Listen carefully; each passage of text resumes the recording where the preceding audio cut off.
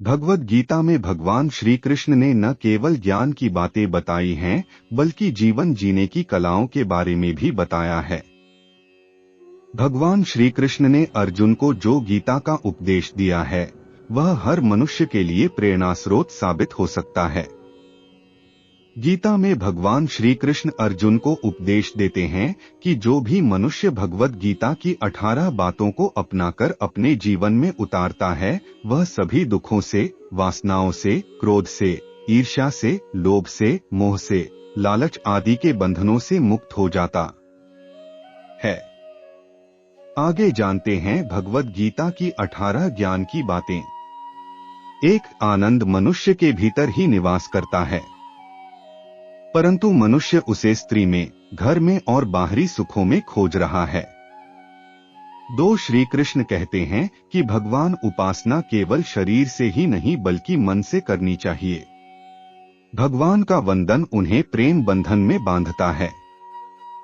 3. मनुष्य की वासना ही उसके पुनर्जन्म का कारण होती है।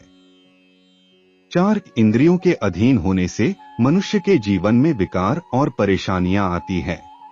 4. इंद्रियों के अधीन होने से मनुष्य के जीवन में विकार और परेशानियां आती है।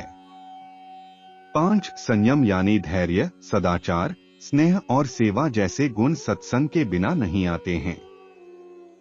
6. श्री कृष्ण कहते हैं कि मनुष्य को वस्त्र बदलने की आवश्यकता नहीं है, आवश्यकता हृदय परिवर्तन की है। 7. जवानी में जिसने ज्यादा पाप किए हैं, उसे बुढ़ापे में नींद नहीं आती। 8. भगवान ने जिसे संपत्ति दी है, उसे गाय अवश्य रखनी चाहिए। 9. जुआ, मदिरापान, परस्त्रीगमन, अनैतिक संबंध, हिंसा, असत्य, मद, आसक्ति और निर्दयता, इन सब में कलयुग का वास है।